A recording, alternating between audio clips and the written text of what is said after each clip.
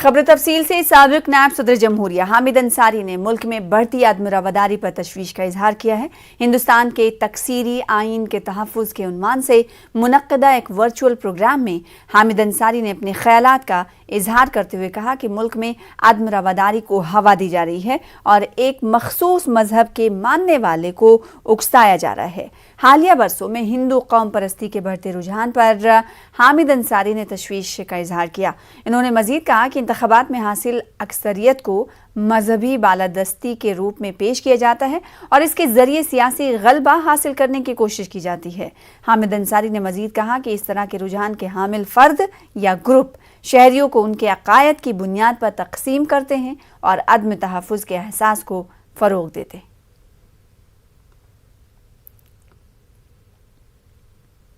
मरकजी वजीर मुख्तार अब्बास नकवी ने हामिद अंसारी के बयान का जवाब दिया है। उन्होंने कहा कि हिंदुस्तान को बदनाम करने की साजिश की जा रही है। एक ऐसे व्यक्ति जो इस देश के संवैधानिक पद पर बैठे रहे हैं, संवैधानिक जिम्मेदारी निभाते रहे हैं, वो भारत के लोगों की, भारत की संस्कृति की, भारत के संस्कार की, भारत के सांस्कृतिक राष्ट्रवाद की पर सवाल खड़ा करें।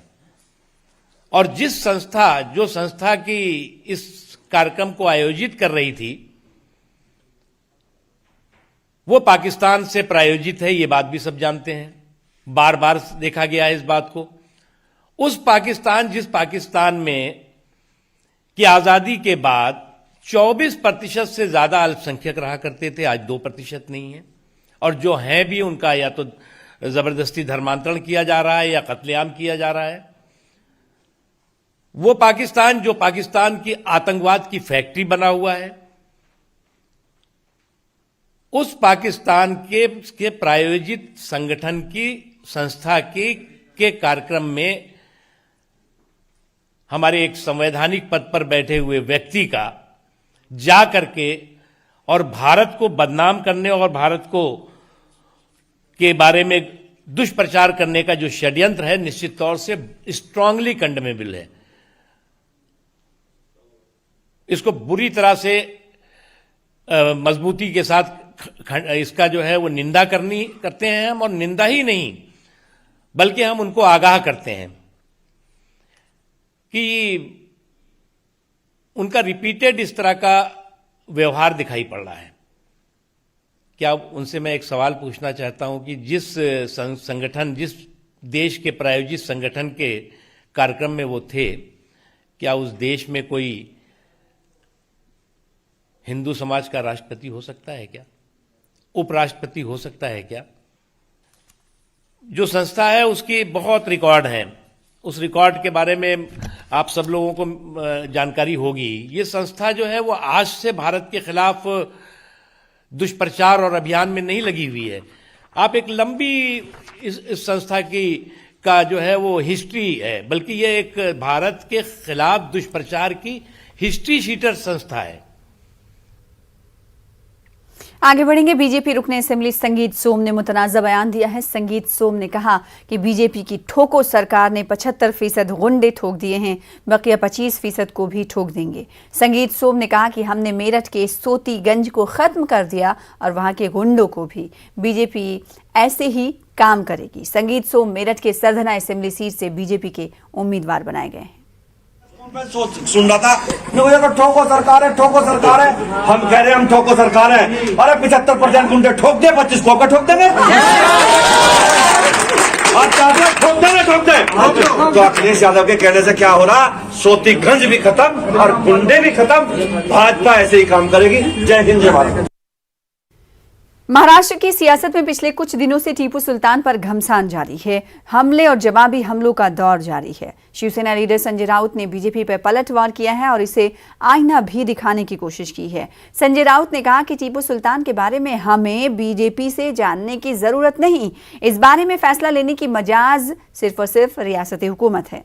संजय राउत ने मजीद कहा कि बीजेपी समझती है कि तारीख का सारा इल्म उसे ही है। उन्होंने कहा कि सदर जमहूरिया ने कर्नाटक दौरे पर टीपू सुल्तान की तारीफ की थी, तो क्या आप सदर जमहूरिया को भी इस्तीफा देने को कहेंगे? जो है आपको मालूम होगा कि हमें ये यहाँ के भारतीय जनता पार्टी के लोग उनको लगता है इतिहास का सिर्फ उनको ही ज्ञान है, हमें इतिहास का कोई ज्ञान नहीं है। ये जो नया इतिहास लिखने के लिए बैठे हैं ना सब इतिहासाचार्य, हाँ हिस्टोरियन, पूरा इतिहास बदलने के लिए बैठे हैं। हमें मालूम है टिप्पू सुल्तान, हमें मालूम है मैसूर स्टेट, हमें मालूम है श्रीरंगपट्टनम, हमें मालूम है सब कुछ टिप्पू ने क्या क्या किया है, हमें सब मालूम है। कैसे कन्वर्शन किया है, क्या किया है, कैसा अत्याचार किया है, कैसी लड़ाई भी की है ब्रिटिशों के खिलाफ, सब कुछ मालूम है हमें। ये हमें भारतीय जनता पार्टी से सीखने की ज़रूरत नहीं है। और महाराष्ट्र में अगर ये बात करते हैं ये लोग कि अगर टिप्पू का नाम उसको दिया है तो हम महाराष्ट्र में ये करेंगे वो करेंगे, भाई छोड़ दे बात, आपकी मुँह में शोभा नहीं देगी। यहाँ की सरकार समर्थ है निर्णय लेने के लिए, सब कुछ करने के लिए। आप इतिहास, नया इतिहास मत लिखिए। जो दिल्ली में इतिहास बदलने की कोशिश चल रही है ना, वो आप जारी रखिए, वो भी आप नहीं बदल पाए। असलम शेख के इस्तीफे की बात करें तो राष्ट्रपति कोविंद जी ने जो कर्नाटक में जाकर टिप्पू सुल्तान का गौरव किया था, ये ऐतिहासिक योद्धा है टिप्पू सुल्तान, एक स्वतंत्र सेनानी है टिप्पू सुल्तान, तो क्या आप राष्ट्रपति जी का भी इस्तीफा मांगेंगे? ये भारतीय जनता पार्टी ने स्पष्ट करना चाहिए। टीपू सुल्तान मामले में एनसीपी लीडर और अक़लियती वजीर नवाब मलिक ने कहा कि बीजेपी का दोहरा रवैया है। कर्नाटक असेंबली के 7 साल पूरे होने पर, जब 60 साल पूरे हुए, सदर जमहूरिया रामनाथ कोविंद ने टीपू सुल्तान को योद्धा और शहीद हिंदुस्तान बताया था, लेकिन दूसरी जाने बीजेपी का रवैया इसके बरक्स है। टिपू सुलतान हे दुटप्पी भूमिका सारखी आहे। कर्नाटकमध्ये त्यांचे मोठे नेते येडियुरप्पाजी हे टिपू सुलतानच्या जयंत्या साजरा करत होते। कर्नाटकच्या विधानसभेमध्ये जेव्हा कर्नाटकला 60 वर्ष पूर्ण झाले, तेव्हा रामनाथ कोविंदजी देशाचे राष्ट्रपती यांनी टिपू सुलतान यांना बहादर आणि मार्टर म्हणजे शहीदच्या उल्लेख त्या विधानसभेमध्ये भाषण करत असताना केलेला आहे। मुंबईमध्ये पण महानगरपालिकेमध्ये नाव देण्यासाठी भाजपचे नगरसेवक प्रस्ताव आणत होते। आता एखादा शहीद ज्यांनी इंग्रज शासनाच्या विरोधात लढत असताना स्वतःचे प्राण गमावले, ज्याच्या नावाने संपूर्ण ब्रिटिश साम्राज्य घाबरत होतं, असे एखाद्या शहीदांचा नाव बाबत आक्षेप म्हणजे राजकीय दृष्टिकोन ठेवून हे आक्षेप। महाराष्ट्र के मालेगांव एनसीपी की गिरफ्त मजबूत होती दिखाई दे रही है। महाराष्ट्र के मालेगांव में कांग्रेस के 27 कॉरपोरेटर एनसीपी में शामिल हो गए हैं। इन्होंने एनसीपी प्रदेश सदर जयंत पाटिल, अजीत पवार, छगन भुजबल और नवाब मलिक की मौजूदगी में एनसीपी में शमूलियत इख्तियार की। इन लीडरों ने दावा किया कि मालेगांव में अगला मेयर एनसीपी से होगा।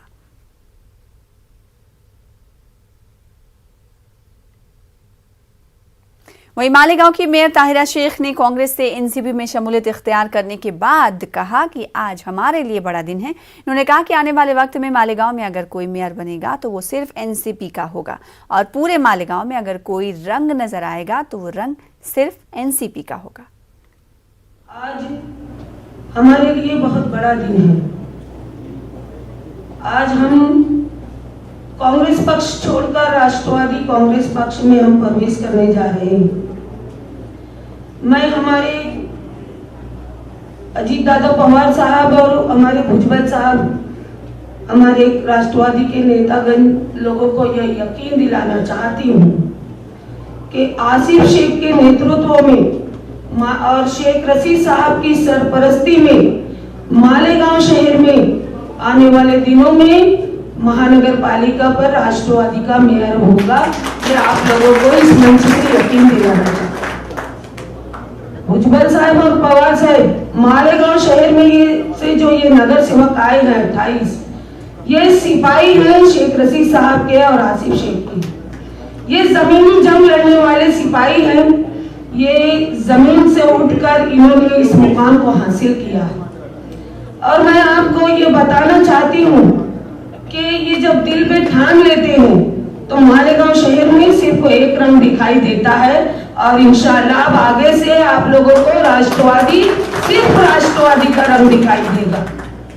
और आप लोगों से भी गुजारिश है कि ये मालेगांव शहर के सभी हमारे कार्यकर्ताओं से लेकर ये आप समझ लीजिए कि ये जो लोग दिखाई दे रहे हो ये बहुत मामूली सा क्राउड आप लोगों के सामने बैठा है।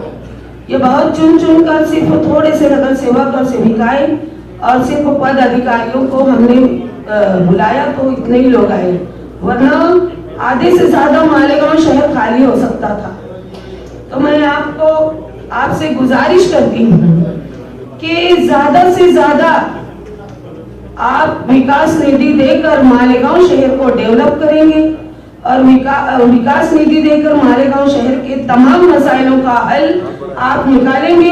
ये उम्मीद आपसे हमने लगाई है और आपको हमारी उम्मीदों पर खरा उतरना है, यही हमारी कोशिश रहेगी।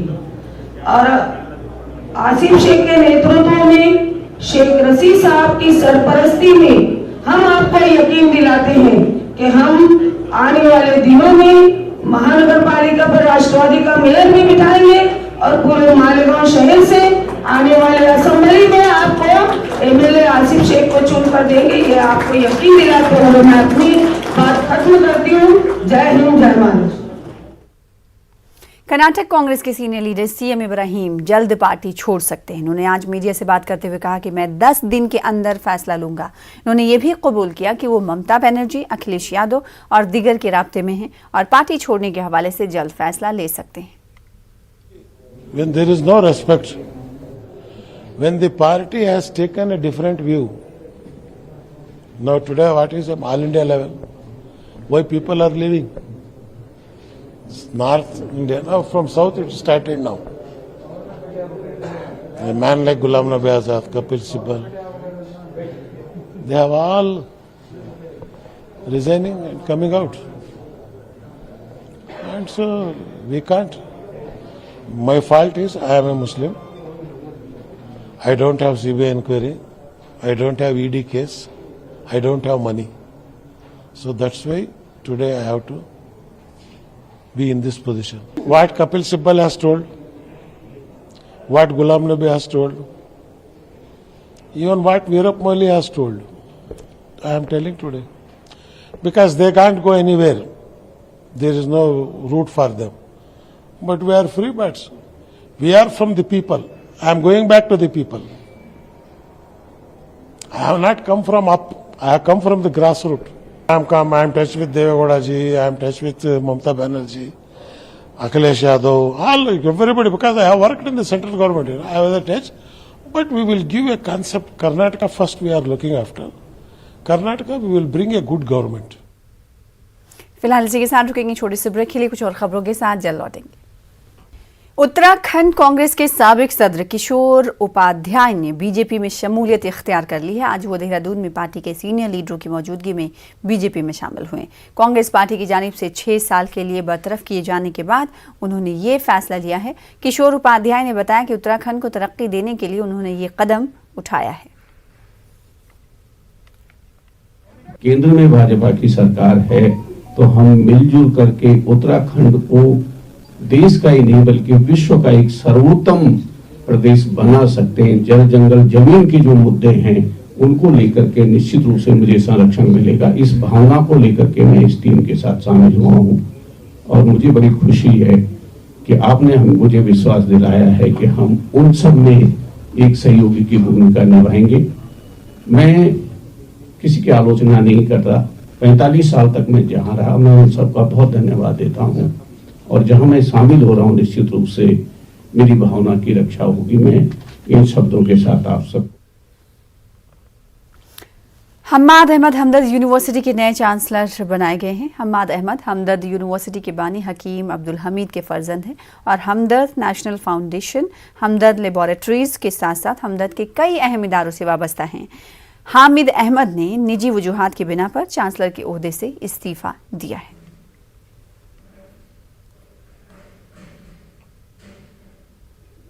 ट्विटर ने राहुल गांधी के खत का जवाब दिया है। ट्विटर ने कहा है कि हम भी चाहते हैं कि फॉलोअर्स की तादाद अकाउंट के साथ दिखाई दे, लेकिन हम ये भी मानते हैं कि फॉलोअर्स हकीकी हों।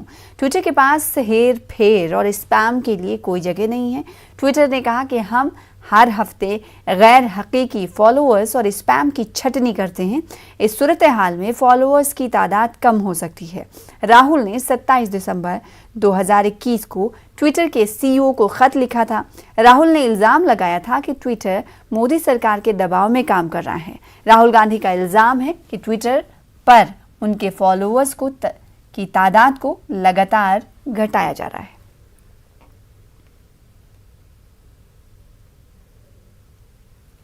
दिल्ली के कस्तूरबा नगर इलाके में खातून के साथ मुबैना जिनसी हरासानी और मारपीट का मामला रोशनी में आया है। ज्यादती का शिकार खातून के बाल काट कर और चेहरे पर स्याही पोतकर उसे मोहल्ले में घुमाया भी गया।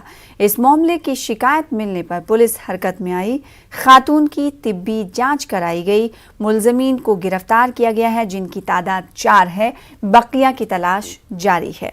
दिल्ली खवातीन कमीशन की चेयरपर्सन ने इस मामले की मजम्मत की और पुलिस से इस मामले में सख्त कार्रवाई का मुतालबा किया है। Today, an unfortunate incident of abduction, physical and sexual assault of woman over previous enmity reported in Shadra district. Case has been registered. 4 accused person has been apprehended. Team is deputed to nab the other involved in this case. Victim is being provided all possible help. Delhi खवातीन commission की chairperson Swati Maliwal ने कस्तूरबा नगर इलाके में खवातीन के साथ मुबैना जिनसी हरासानी और मारपीट के मामले का सख्त नोट लिया है। इन्होंने कहा कि इस मामले में दिल्ली पुलिस को नोटिस जारी किया गया है और इस घिनौनी हरकत में मुलव्विस अफराद के खिलाफ सख्त कार्रवाई की जाएगी। लड़की को उसके घर से जबरन कुछ अवैध शराब बेचने वाले लोग उठाकर लेकर जाते हैं, उसको विवेक विहार लेकर जाते हैं और उसके साथ वहाँ पे 3 लोग गैंगरेप करते हैं। उस वक्त वहाँ पे बहुत सारी और महिलाएं भी खड़ी होती हैं जो इन आदमियों को और उकसाती हैं कि और बुरी तरीके से गैंगरेप करो। लड़की को बहुत बुरी तरीके से मारा पीटा जाता है, फिर उसको गंजा किया जाता है, उसके चेहरे पे कालिक पोती जाती है और पूरे इलाके में जूतों की चप्पल के साथ उसको घुमाया जाता है। तो मैंने दिल्ली पुलिस को नोटिस इशू करा है। मैं चाहती हूँ कि जो भी आदमी और औरत इस केस में इन्वॉल्व है उन सबको अरेस्ट करना चाहिए और साथ में ही लड़की को एक सुरक्षित जगह पे रखकर प्रॉपर प्रोटेक्शन देने की जरूरत है। मथुरा में अमित शाह ने समाजवादी पार्टी और बीएसपी पर निशाना साधा। उन्होंने दावा किया कि रियासत से गुंडा राज और माफिया राज का सफाया हो गया है। इन्होंने कहा कि जब भी माफियाओं के खिलाफ कार्रवाई होती है, अखिलेश यादव को तकलीफ होती है। ये यूपी के चुनाव को विधायक का चुनाव मत समझिए, किसी को मंत्री मुख्यमंत्री बनने का चुनाव मत समझिए। उत्तर प्रदेश का चुनाव आने वाले देश में भारत के भाग्य का निर्णय करने वाला चुनाव। भारतीय जनता पार्टी की सरकार देखने के पहले उत्तर प्रदेश ने लंबे कालखंड तक सपा बसपा सपा बसपा सपा सपा बसपा सरकारें देखी। ये सरकार जो भारतीय जनता पार्टी की है वो किसी एक जाति की नहीं, संपूर्ण समाज की। आपने 2017 में ही जातिवाद, परिवारवाद और तुष्टीकरण के आधार पर राज करने वाली पार्टियों को दरकिनार कर दिया। समाजवादी की पार्टी की सरकार थी। गुंडा राज था या नहीं था बताओ भाई, जरा जोर से बोलो, था या नहीं था? बाहुबली परेशान करते थे या नहीं करते? बहन बच्चियों को सम्मान, उसका अपमान होता था या नहीं होता था? भारतीय जनता पार्टी की सरकार आई, जो बाहुबली से पहले पुलिस डरती थी, वो पुलिस से डरकर गले में पट्टी लगाकर सरेंडर कर रहे हैं, सरेंडर कर रहे हैं। और जब इन पर गाज गिरती है, अखिलेश जी के पेट में दर्द होता। कहीं आजम खान, कहीं मुख्तार अंसारी, न जाने कितने कितने फैला कर रखे थे। आजम खान को पकड़ा तो सीआरपीसी की सारी धाराएं कम पड़ गई, इतने केस आजम खान पर लद गए। और मित्रों, मैं आपको ये कहने आया हूं, सिर्फ 2000 करोड़ की भूमि सरकारी संपत्ति ये माफियाओं ने जो कब्ज की थी उसको खाली कराने का काम ये भारतीय जनता पार्टी की सरकार ने किया है, मोदी जी के नेतृत्व में, योगी आदित्यनाथ। आगे बढ़ेंगे। मध्य प्रदेश में कोरोना कहर के बीच स्कूल खोलने को लेकर वजीर आला शिवराज सिंह चौहान 30 और 31 जनवरी को जायजा मीटिंग करेंगे। जायजा मीटिंग में स्कूल खोलने को लेकर वजीर आला के जरिए अहम फैसला होगा। वाज़ेह है कि मध्य प्रदेश हुकूमत ने 31 जनवरी तक स्कूलों को बंद रखने का फैसला किया था। वहीं पिछले 24 घंटों की बात करें तो एमपी में कोरोना के 9,532 नए मामले दर्ज किए गए हैं, जबकि सेहतियाब होकर अस्पतालों से घर जाने वाले लोगों की तादाद 10,547 है।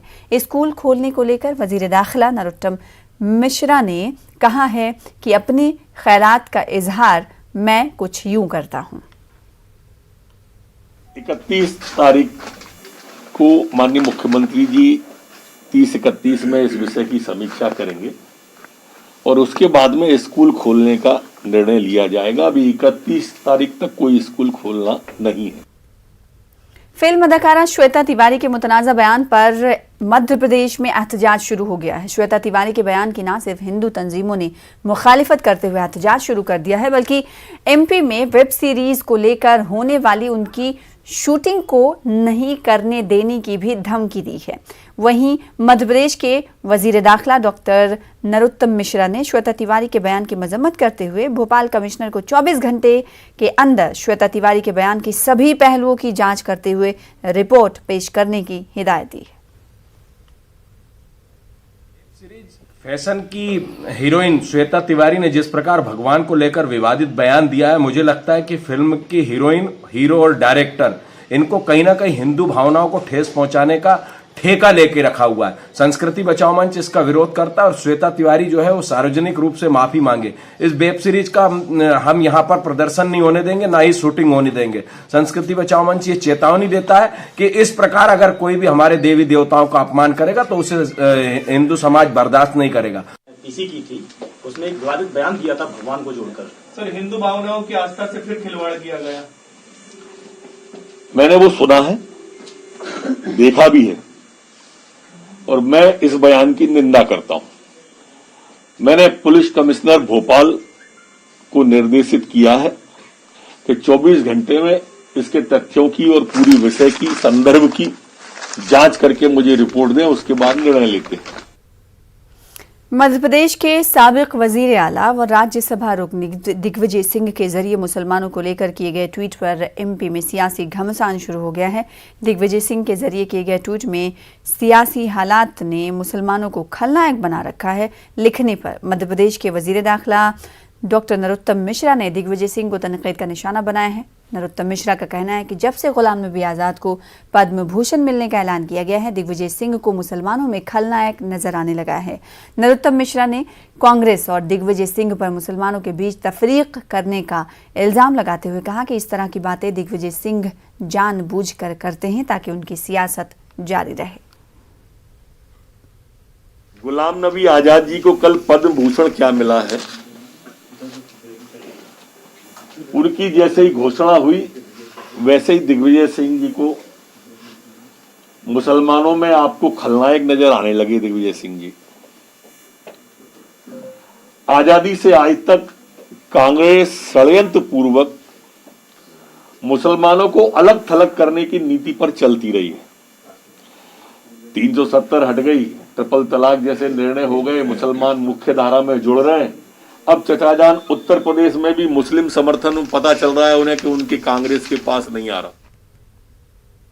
फिलहाल इस बुलेटिन में इतना ही। मुझे दीजिए इजाजत। देखते रहिए न्यूज़ 18 उर्दू। आदाब।